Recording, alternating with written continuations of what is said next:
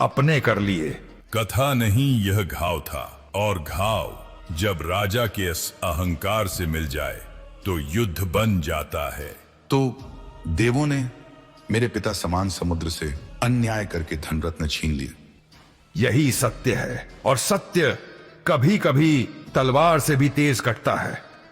जालंधर ने क्रोध को नीति का कवच पहनाया और पहला वार दूत से किया। इंद्रा के पास जाओ, कहो समुद्र से लिए गए सभी रत्न और धन वापस करो, वरना युद्ध के लिए तैयार हो जाओ। जैसा आदेश महाराज। देवों के राजा इंद्र, जालंधर का संदेश, रत्न और धन लौटाओ, अन्यथा युद्ध। लौटाएं जो अब स्वर्ग की संपत्ति है। असंभव कह दो। इंद्र झुकता नहीं। और यही असंभव अगले ही क्षण संग्राम बन गया। युद्ध इतना भयंकर था कि मृत्यु भी थक जाए। और मैदान में दो गुरु, दो विज्ञान, दो पुनर्जन्म। शुक्राचार्य की विद्या से असुर बार बार जीवित होते और बृहस्पति द्रोणाचल की औषधियों से देवों को फिर खड़ा कर देते। तो देवों की सांस उस पर्वत से चलती है। क्रोध जब राजा के हाथ में हो तो पर्वत भी खिलौना बन जाता है। अब नहीं मिलेगी औषधि, अब नहीं उठेगा कोई देव मेरे विरुद्ध। जब बल हार जाए तब शरण बाकी रहती है। देव विष्णु के चरणों में पहुंचे। हे नारायण, रक्षा कीजिए, जालंधर अजेय हो चला है।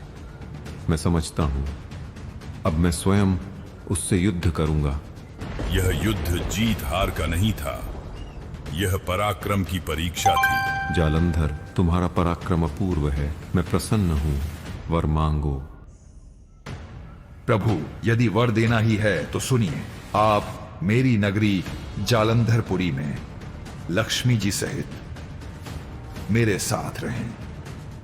यह मांग नहीं थी, यह चाल थी, क्योंकि जहां विष्णु दूर हों वहां देवों की सामर्थ्य भी घटती है। तथास्तु। विष्णु वचन से बंधे स्वर्ग से दूर हुए और देवताओं की सामर्थ्य जैसे दीपक की लौ धीमी पड़ती गई। अब जालंधर सिर्फ राजा नहीं रहा, वह बन बैठा स्वर्ग, पृथ्वी और पाताल, तीनों लोकों का अधिपति। स्वर्ग लोक की सभा में आज शांति नहीं थी। देवताओं के मुख पर चिंता थी, क्योंकि जालंधर का अहंकार अब सीमाएं लांघ चुका था। अनेक उपाय किए गए पर कोई समाधान नहीं निकला। तब देवों ने उस ऋषि को स्मरण किया जो मुस्कान में भी सत्य की चोट दे, देवर्षि नारद। अब केवल देवर्षि नारद ही कोई मार्ग दिखा सकते हैं। प्रार्थना होते ही दिव्य वीणा की ध्वनि गूंजी। नारायण नारायण और नारद प्रकट हुए, मृदु मुस्कान पर दृष्टि में तीखा सत्य। नारायण नारायण, लगता है किसी के भीतर छिपे अहंकार को जगाने का समय आ गया है। नारद सीधे जालंधर के दरबार पहुंचे। वहां वैभव का समुद्र था, सोने के स्तंभ, रत्नों की चमक, सेना का गर्जन और सिंहासन पर बैठा जालंधर अपने पराक्रम पर गर्व से भरा। भगवान, मेरे राज्य की शोभा कैसी लगी? राजन, धन दौलत, सेना, वैभव सब अनुपम है, बस एक अभाव है। कैसा अभाव?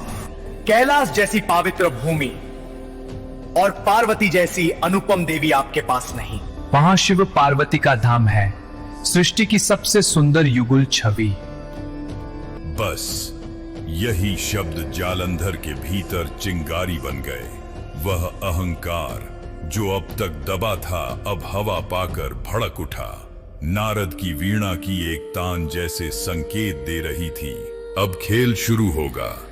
जालंधर ने उसी क्षण राहु को बुलाया। उसके मन में अब युद्ध नहीं, अधिकार की लालसा थी। उसने कैलाश को चुनौती देने का निर्णय कर लिया। कैलाश जाओ, शिव से कहो यदि वे सन्यासी हैं तो पार्वती को गृहस्थ की भांति क्यों रखे हैं? या तो वे मेरा आधिपति माने या पार्वती को मेरे हवाले कर दे। राहु संदेश लेकर निकल पड़ा और कैलाश की ओर बढ़ती हवा में भी अब विष घुल चुका था। जैसे ही राहु ने कैलाश में यह अपमानजनक संदेश सुनाया, वातावरण बदल गया। जहां साधना का स्वर था, वहां क्रोध की लहर दौड़ गई। देव सेनापति कार्तिकेय और गणपति युद्ध के लिए उतरे। देवसेना तैयार हो, कैलाश का अपमान अधर्म है। ये युद्ध